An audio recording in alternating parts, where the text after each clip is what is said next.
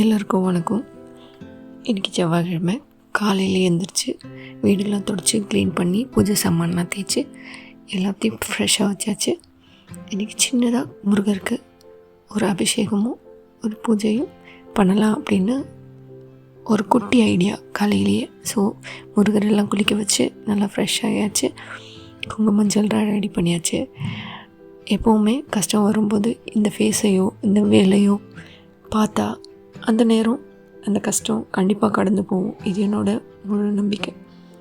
அதுக்காகவே என்ன கஷ்டம் வந்தாலும் என்ன நேரமாக இருந்தாலும் நான் வேலையோ முருகரையோ அவர் ஃபேஸ் சிரிப்போடு இருக்க அந்த ஃபேஸையோ பார்த்தேன்னா எனக்கு அந்த கஷ்டம் காணாமல் போயிடும். மறுபடியும் அந்த கஷ்டம் வரும் தான்.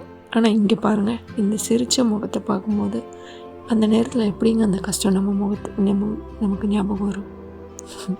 எப்போவும் சிரிச்சிட்டே இருப்பார். அபிஷேகத்தை நல்லபடியாக ஆரம்பிக்கலாம். இன்றைக்கி நாள் எப்படி போகுதுன்றதை நாளைக்கு உங்களுக்கு கண்டிப்பாக நான் சொல்கிறேன்.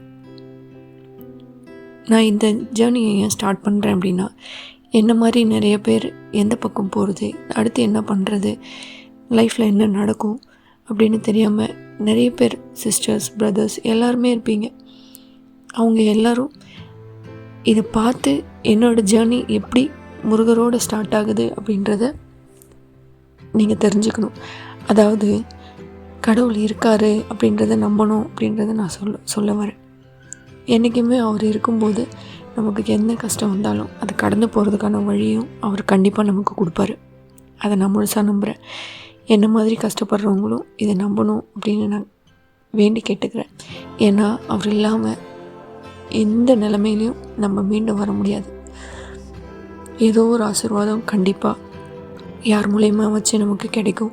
அதை நீங்கள் நம்பி தான் ஆகணும். ஏன்னா முருகரை நான் வேண்டுறதுக்கு முன்னாடி இருந்தும் சரி, அவரை வேண்ட ஆரம்பித்து அவரோட கூடவே ஒட்டி பயணிச்சிட்ருக்கிற இன்றைக்கி நாள் வரைக்கும் சரி, அவர் எப்படி என்னை பார்த்தாரு, என்கிட்ட பேசினார், என் கஷ்டங்களை எப்படி அவர் எனக்கு புரிய வச்சார், அதை எப்படி கடந்து போகணுன்னு அவர் எனக்கு கற்றுக் கொடுத்தாரு. இதெல்லாம் நினச்சி பார்க்கும்போது அது ஒரு மேஜிக் மாதிரி தான் இருக்குது. நம்பி தான் ஆகணும். ஏன்னா அதை நான் அனுபவிச்சிருக்கேன். நான் அதை நம்பி தான் ஆகணும். இதை கேட்குற நீங்கள் எப்படி அதை எடுத்துக்கிறீங்கன்னு எனக்கு தெரியல. ஆனால் ஏதோ ஒரு விதத்தில் அவரோட புகழை பரப்புகிற நிறைய பக்தர்களில் நானும் ஒருத்தியாக இருக்கணும்னு ஆசைப்பட்டு தான் இன்றைக்கி நான் இந்த வீடியோவை ஃபஸ்ட்டு செவ்வாய்க்கிழமை அன்றைக்கி ஸ்டார்ட் பண்ணணும் அப்படின்ற ஒரு ஆசையில் நான் இன்றைக்கி ஸ்டார்ட் பண்ணியிருக்கேன்.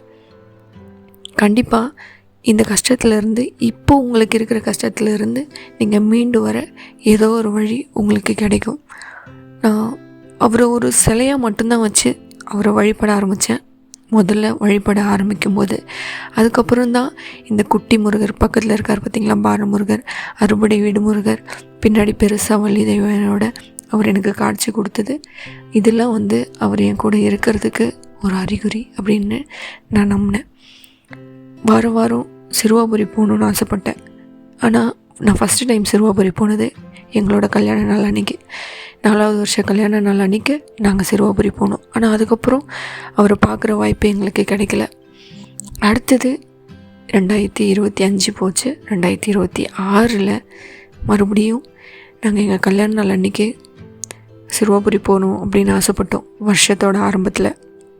ஆனால் பாருங்கள், அதுக்கு முன்னாடியே 2 வாரம் நாங்கள் சிறுவாபுரி போயிட்டு அவரை தரிசிச்சிட்டோம். தொடர்ந்து 6 வாரம் போகணுன்னு ஆசைப்பட்டோம்.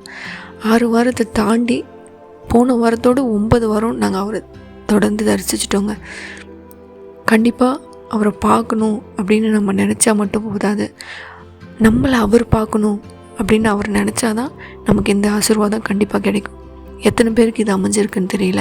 சிறுவாபுரி எங்கே இருக்குதுன்னு தெரியாத நிறைய பேர் இருக்காங்க. அவங்களுக்கெல்லாம் நான் கண்டிப்பாக இனிமேல் என்னால் முடிஞ்சால் வாரம் வாரம் நான் சிறுவாபுரி போகும்போது நான் வீடியோ எடுத்து உங்களுக்கு அவரோட ஆசீர்வாதம் கிடைக்கணும்னு நான் வேண்டிக்கிறேன். இந்த 6 வாரத்துலேயும் சரிங்க, நான் எனக்காக எதுவும் வேண்டிக்கல. கஷ்டம் இருக்குதான், லைஃப்பில் நிறைய கஷ்டங்கள் இருக்குதான், சந்தோஷங்களும் அதில் கடந்து போகுது. கோவிலை தேடி வர எத்தனை பக்தர்கள் என்னென்ன வேண்டியிருக்காங்கன்னு நமக்கு தெரியாது. ஆனால் நான் அவர்கிட்ட வேண்டிக்கிறது எல்லாமே, உங்களை நம்பி இவ்வளோ பேர் எங்கேருந்து எவ்வளோ தூரத்துலேருந்து வந்திருக்காங்களோ அவங்க எல்லாத்துக்கும் அவங்க வேண்டுதல் கிடைக்கணும்னு விதி இருந்தால் கண்டிப்பாக அதை சீக்கிரம் அவங்க கையில் சேர்த்து விடுங்க. அவங்க உங்களை நம்பி வந்திருக்காங்க அப்படின்ற வேண்டுதலை நான் அவர்கிட்ட வைக்கிறது உண்டு எப்போவுமே சரி. முருகனை பார்க்குறதுக்கு முன்னாடி நம்ம அம்மா பார்வதி தேவியோ அப்பா சிவனும் அங்கே கடந்து தான் நம்ம முருகரை போகணும். 2 பேர்கிட்டையுமே சேர்ந்து நான் வேண்டிக்கிட்டு தான் போவேன்.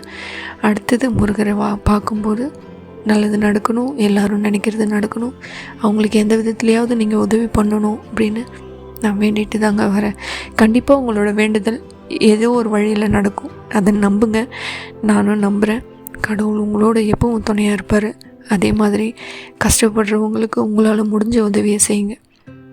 கடவுள் அவங்களோட ரூபத்தில் தான் நமக்கு உதவுவார். அவங்களோட ஆசீர்வாதம் தான் நமக்கு கடவுள் கொடுக்குற ஆசீர்வாதம்னு நினச்சிக்கோங்க. ஒரு வேளை சாப்பாட்டுக்கு கஷ்டப்படுறவங்க நிறைய பேர் இருக்காங்க. நீங்கள் அன்னதானம் போடுறீங்க இல்லையா, அதெல்லாம் இல்லாத இடத்துல போய் அன்னதானம் போடுங்க. அவங்க வயிறார சாப்பிட்டு மனசார வாழ்த்துவாங்க. அந்த ஆசீர்வாதம் தான் கடவுள் நமக்கு மனசார கொடுக்குற ஆசீர்வாதமும் சரி வரமும் சரி. அவங்களோட வாழ்க்கையில் அவங்க ஒரு வேளை உங்களால் சந்தோஷப்படுறாங்கன்னா அதை தாண்டி உங்களுக்கு வேறு எந்த வரமும் கொடுக்க போகிறதில்ல கடவுள். இல்லாதவங்களுக்கு நீங்கள் செய்கிற ஒரு நல்ல விஷயம் கண்டிப்பாக உங்களுக்கு அது நல்லதாக அமையும் அப்படின்னு நான் நம்புகிறேன். நீங்களும் நம்புங்க.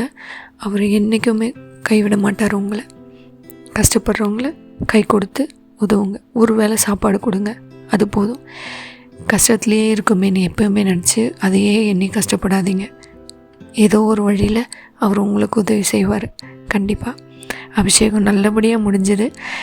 நீங்களும் இதை பார்த்து அவரோட ஆசீர்வாதம் உங்களுக்கு கிடைக்கணும்னு நான் வேண்டிக்கிறேன். தொடர்ந்து இன்றைக்கி ஆரம்பித்த இந்த பயணத்தில் நான் என்னென்னலாம் செய்கிறேன், உங்களால் முடிஞ்சால் நீங்களும் அதை செய்யுங்க. கடவுள் உங்களுக்கு என்ன முன்னேற்றத்தை கொடுக்குறாருன்னு நீங்கள் எனக்கு சொல்லுங்கள். நானும் உங்களுக்கு தொடர்ந்து ஷேர் பண்ணுறேன். இது சப்ஸ்கிரிப்ஷனுக்காக இல்லை, கடவுளோட ஆசீர்வாதம் எல்லாருக்கும் கிடைக்கணும், எல்லோரும் அதை நம்பணும், அவர் இருக்காரு நம்பணும் அப்படின்றதுக்காக தான் நான் இந்த வீடியோவை ஸ்டார்ட் பண்ணியிருக்கேன், இந்த ஜேர்னியை ஸ்டார்ட் பண்ணியிருக்கேன். தொடர்ந்து கஷ்டப்படுறவங்களுக்கும் எல்லாம் நல்லது நடக்கணும் அப்படின்னு இந்த வீடியோ மூலமாகவும் எல்லாத்தையும் நான் உங்களுக்கு ஷேர் பண்ணுறேன். நான் என்னோடய ப்ரேயர்ஸை கடவுள்கிட்ட கண்டிப்பாக வைக்கிறேன். நீங்களும் தொடர்ந்து வேண்டிக்கோங்க. மறுபடியும் இன்னொரு வீடியோவில் பார்க்கலாம். எல்லோரும் நல்லா இருக்கணும். ஓம் சரவணபவா, ஓம் சண்முகா, வெற்றிவேல் முருகனுக்கு அரோகரா. நீங்களும் நல்லபடியாக வேண்டிக்கோங்க. மறுபடியும் இன்னொரு வீடியோவில் பார்க்கலாம். இந்த வீடியோவில் நான் சாமிக்கு பிரசாதம் வைக்கிறது எல்லாமே லெஃப்ட் ஹேண்டில் செய்கிற மாதிரி இருக்குது. ஆனால் கேமரா ஆப்போசிட் சைடில் இருக்கிறதுனால உங்களுக்கு அப்படி தெரியுது. ஸோ யாரும் தப்பாக திட்டிடாதீங்க. தேங்க்யூ.